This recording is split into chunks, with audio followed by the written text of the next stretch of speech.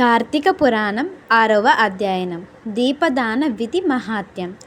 ఓ రాజశ్రేష్ఠుడా, ఓ మానవుడు కార్తీక మాసము నెల రోజులు పరమేశ్వరుని శ్రీ మహావిష్ణువుని పంచామృత స్నానం చేయించి కస్తూరి కలిపిన మంచి గంధము నీటితో భక్తిగా పూజించినచో అట్టి వారికి అశ్వమేధ యాగము చేసినంత పుణ్యము దక్కును.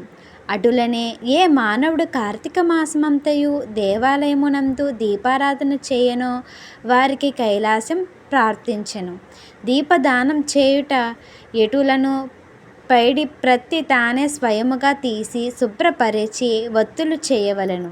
వరి పిండితో గాని గోధుమ పిండితో గాని ప్రమిద వలె చేసి వక్తులు వేసి ఆవు నెయ్యి వేసి దీపం వెలిగించి ఆ ప్రమిదను బ్రాహ్మణులకు దానం ఇయ్యవలెను. శక్తి కొలది దక్షిణ కూడా ఇవ్వవలెను. ఈ ప్రకారముగా కార్తీక మాసమందు ప్రతి దినము చేసి ఆఖరి రోజున వెండితో ప్రమిదను చేయించి బంగారముతో వత్తును చేయించి ఆవు నెయ్యి నిండుగా పోసి వెనుక చేసిన ప్రకారముగా గోధుమ పిండితో ప్రమిదను చేసి ఆవు నెయ్యి పోసి దీపం వెలిగించి ఈ నెల రోజులు దానము చేసిన బ్రాహ్మణుడికే ఇది కూడా దానమిచ్చి ఎడల సకల ఐశ్వర్యములు కలుగుటయేగాక మోక్షప్రాప్తి కలిగెను. దీపదానం చేయువారు ఇట్లు వసింపవలెను. సర్వజ్ఞానప్రదం దివ్యం సర్వం సంపత్సుఖవనం దీపదానం ప్రదస్వామి శాంతిరస్తు సదా మమ అని స్తోత్రం చేసి దీపదానం చేయవలెను. దీని అర్థం ఏమనగా అన్ని విధములు జ్ఞానం కలుగుటేగాక సకల సంపదలనిచ్చియు ఈ దీపదానము చేయుచున్నాను, నాకు శాంతి కలుగుగాక అని అర్థము. ఈ విధముగా దీపదానము చేసిన తరువాత బ్రాహ్మణ సమారాధన చేయవలెను. శక్తి లేని ఎడల 10 మంది బ్రాహ్మణులకైనను భోజనమిడి దక్షిణ తాంబూలములు నివ్వవలెను. ఈ విధంగా పురుషులు గాని స్త్రీలు గాని ఏ ఒక్కరు చేసినను సిరి సంపదలు విద్యాభివృద్ధి ఆయుషారోగ్యాలు కలిగి సుఖ సంతోషాలతో దీనిని గురించి ఒక ఇతిహాసం కలదు, దానిని వివరించెదను ఆలకింపుము. వశిష్ఠుడు జనకుడితో ఇట్లు చెప్పసాగెను. లుబ్ధి వితంతువు స్వర్గమునకు కేగుట. పూర్వకాలమున ద్రవిడ దేశమునొక ఒక గ్రామమున నొక స్త్రీ గలదు. ఆమెకు పెండ్ల అయిన కొద్ది కాలమునకే భర్త చనిపోయెను. సంతానము గాని ఆఖరికి బంధువులు గాని లేరు. అందుచే ఆమె ఇతరుల ఇండ్లలో దాసి పని చేయుట, అక్కడనే భుజించుచు ఒకవేళ వారి సంతోషము కొలది ఏమైనా వస్తువులు నిచ్చిన ఎడల ఆ వస్తువులను ఇతరులకు హెచ్చు ధరలకు అమ్ముకొనుచు ఆ విధముగా తన వద్ద పోగైన సొమ్మును వడ్డీలకు ఇచ్చి మరింత డబ్బును కూడబెట్టుకొనుచు దొంగలు దొంగిలించకుండా తీసుకొని వచ్చిన వస్తువులను తక్కువ ధరలకు కొని ఇతరులకు ఎక్కువ ధరలకు అమ్ముకొనుచు సొమ్ము కూడబెట్టుకొనుచుండెను. ఈ విధముగా కూడబెట్టిన ధనమును వడ్డీలకిస్తూ శ్రీమంతుల ఇండ్లలో దాసీ పనులు చేస్తూ తన మాటలతో వారిని మంచి చేసుకొని జీవించుచుండెను. ఎంత సంపాదించినా ఏమి ఆమె ఒక్క దినము కూడా ఉపవాసము గాని దేవుని మనసారా ధ్యానించుట గాని చేసినది ఎరుగదు.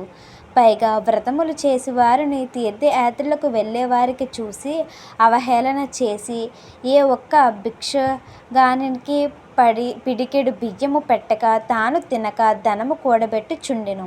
అటుల కొంతకాలము జరిగెను. ఒక రోజున బ్రాహ్మణుడు శ్రీరంగములోని శ్రీ రంగనాయకునికి సేవించుటకు బయలుదేరి మార్గమధ్యమున ఈ స్త్రీ ఉన్న గ్రామమునకు వచ్చి ఆ దినమున అక్కడొక సత్రములో మజిలీ చేసెను. అతడ గ్రామములోని మంచి చెడ్డలను తెలుసుకొని ఆ పిసినారి స్త్రీ సంగతి కూడా తెలుసుకొని అతడు పెళ్ళి అమ్మ నా హితవచనము ఆలకింపుము. నీకు కోపం వచ్చినా సరే నేను చెప్పుచున్న మాటలను ఆలకింపుము.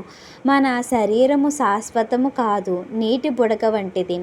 ఏ క్షణములో మృత్యువు మనకు తీసుకువెళ్ళిపోతుందో ఎవ్వరూ చెప్పలేరు. పంచభూతములు సప్త ధాతువులతో నిర్మించబడిన ఈ శరీరంలోని ప్రాణము జీవము పోగానే చర్మము మాంసము కుళ్ళి దుర్వాసన కొట్టి అసహ్యముగా తయారవుతుంది. అటువంటి ఈ శరీరాన్ని నీవు నిత్యమని భ్రమించుచున్నావు.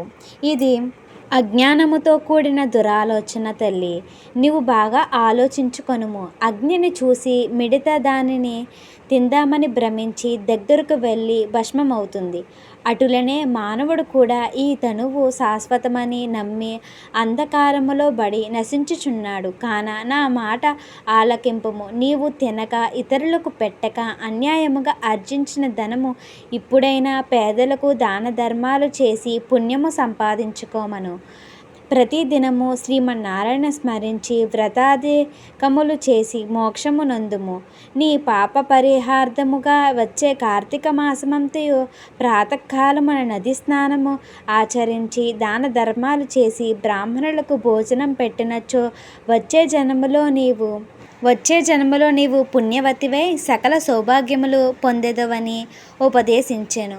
ఆ వితంతురాలు బ్రాహ్మణుడు చెప్పిన మాటలకు తన్మురాలే మనస్సు మార్చుకొని నాటి నుండి దాన ధర్మాలు చేయుచు కార్తీక మాస వ్రతం ఆచరించుచుండెను.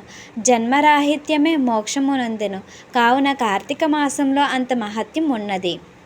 ఇట్లు స్కాంద పురాణాంతర్గత వశిష్ఠ ప్రోక్తి కార్తీక మహాత్మ్యమందలి 6వ అధ్యయనము 6వ రోజు పారాయణం సమాప్తం. మన ఛానల్ని ఎవరైనా కొత్తగా చూస్తున్న వారైతే please like, share, subscribe my channel.